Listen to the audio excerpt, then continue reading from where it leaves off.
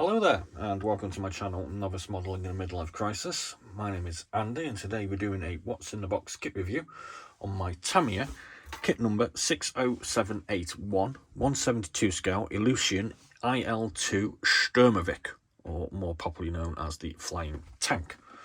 As you can see, we've got a couple of warbirds from Tamiya in front of you, and that's because we're doing You Choose My Next Build 11, where I'm offering you guys the opportunity to vote on which one of these rather nice kits you'd like to see built. And the timescale for this is we're going to be doing a What's in the Box review on each of these on Monday, Tuesday, Wednesday, Thursday, Friday, and the vote will close on Friday the 13th at midnight, and I'll get set to building the kit on the weekend, and hopefully we might get it finished on Saturday and Sunday. So the way you get involved with this is by putting a comment in the comment section and just tell me which one you'd like to see built. It's as simple as that, really. So we're going to do the normal thing. We're going to have a look at the history of this kit, which is pretty bland. We're going to have a look at the parts, and we're going to have a look at the instructions, and I might read a little bit of the blurb out at the end, so you can stick around for that if you like. But without further ado, we'll just talk about the history. This kit was from a new tooling in 2013, and that's about it. There's been no updates, no extra parts, nobody's borrowed the kit that I can tell of, and as far as I can tell, it's still in sort of production, and you can pick it up off eBay for around about £25, there or thereabouts. I think that's roughly what I paid for it myself. So let's have a look at the actual parts, and as we'd expect from a Tamiya kit, even if it is 2013, it's not that old really, is it? They're actually rather nice. We can see we've got the fuselage here. Let's just pull that down a bit. We've got the fuselage here. We've got some nice fine panel lines.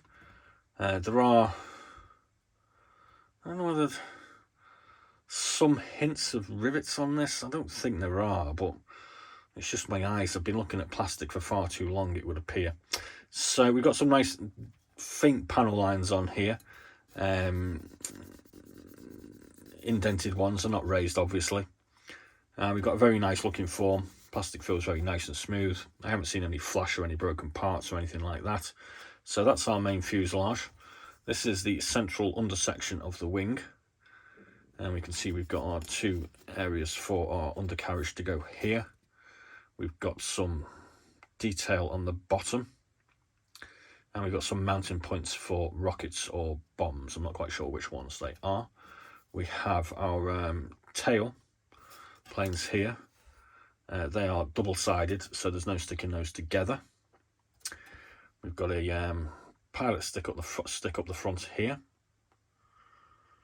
I was guessing that's part of the engine now, or the engine mounting anyway. We've got a undercarriage rack here. A couple of other bits. I'm not very good at identifying these parts, but it is just generally a look at the actual kit itself. You can see we've got some rivet marks here. We've got a single-bladed, three-bladed propeller. There's the spinner. Or is it? No, that's not a spinner. That's part of the engine nacelles. I don't really engine nacelles, are they? They're just the mounting points for the undercarriage. So there's our other section of fuselage. See, we've got like a little hinged area there by the look of it for getting into the engine. And we've got a rear firing machine gun with a belt of ammunition coming out of it. And we have a whole other bunch of bits there. There's our rudder. Looks like we've got a quite nicely detailed cockpit interior going on here. See where the pedals are going to go and where the seat gets mounted. We've got quite nicely detailed excuse me, cockpit instrument panel. All looks good to me. Moving on to our next sprue. This one's basically the wings. We've got loads of panel lines again, loads of access points, definitely some rivet marks on here.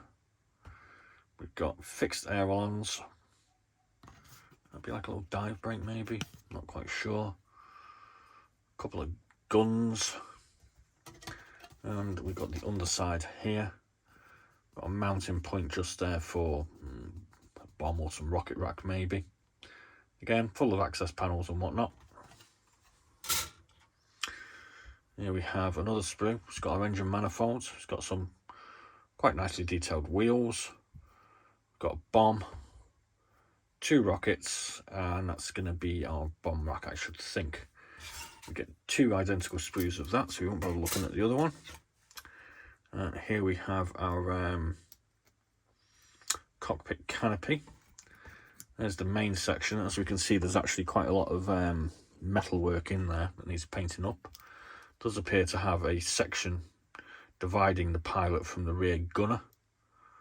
And we've got the canopy for the gunner and the front armoured section for the pilot. Looks like we've got a little light there as well. Whoops. And we've got decals. Appear to have a couple of decal options on here. You can see we've got some fuselage art here. I'm not exactly certain what that one says. But more fuselage art there. We've got a harness for the pilot. And we've got an eagle carrying something red. And a whole bunch of numbers and a whole bunch of stars. Loads of extra ones that we could stick onto something else. So let's have a quick mooch at the instructions. It's pretty simple.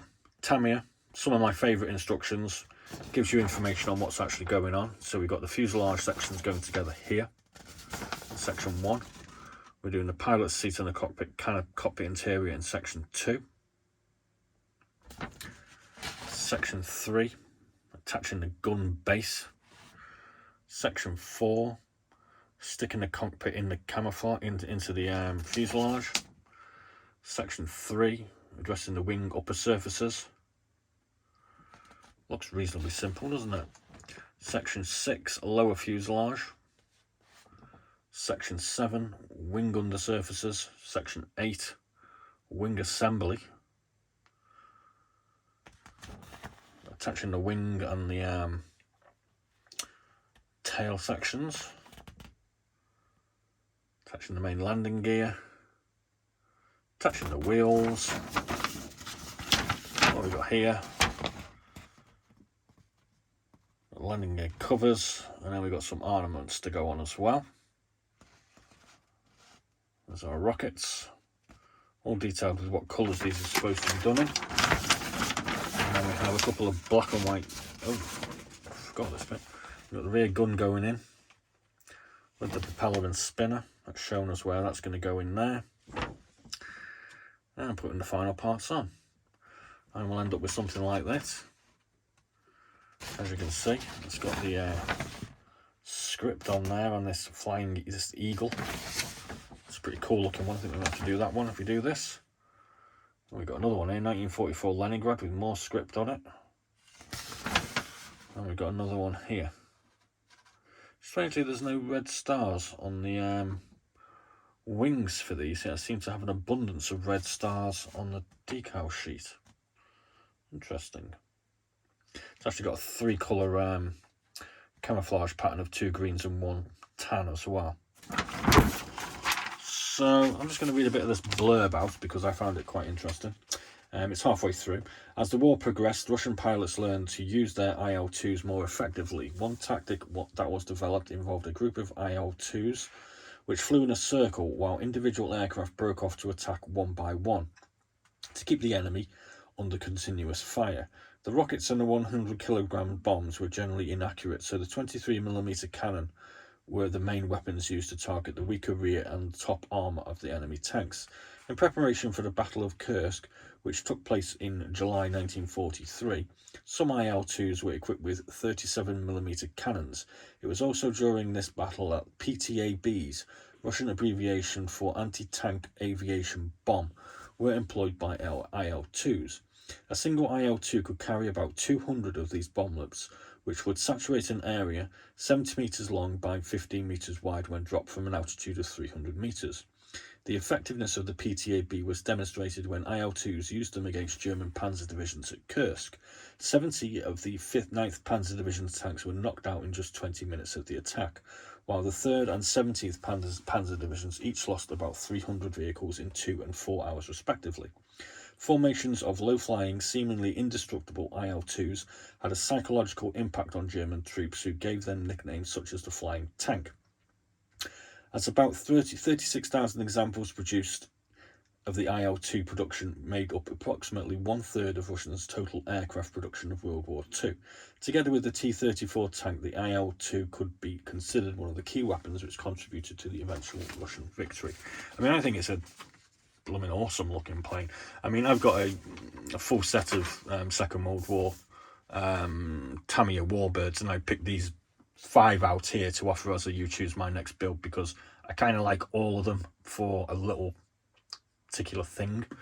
I mean, this is the Nanzan IHE M6A1 is actually an experimental trainer, 2-seat trainer.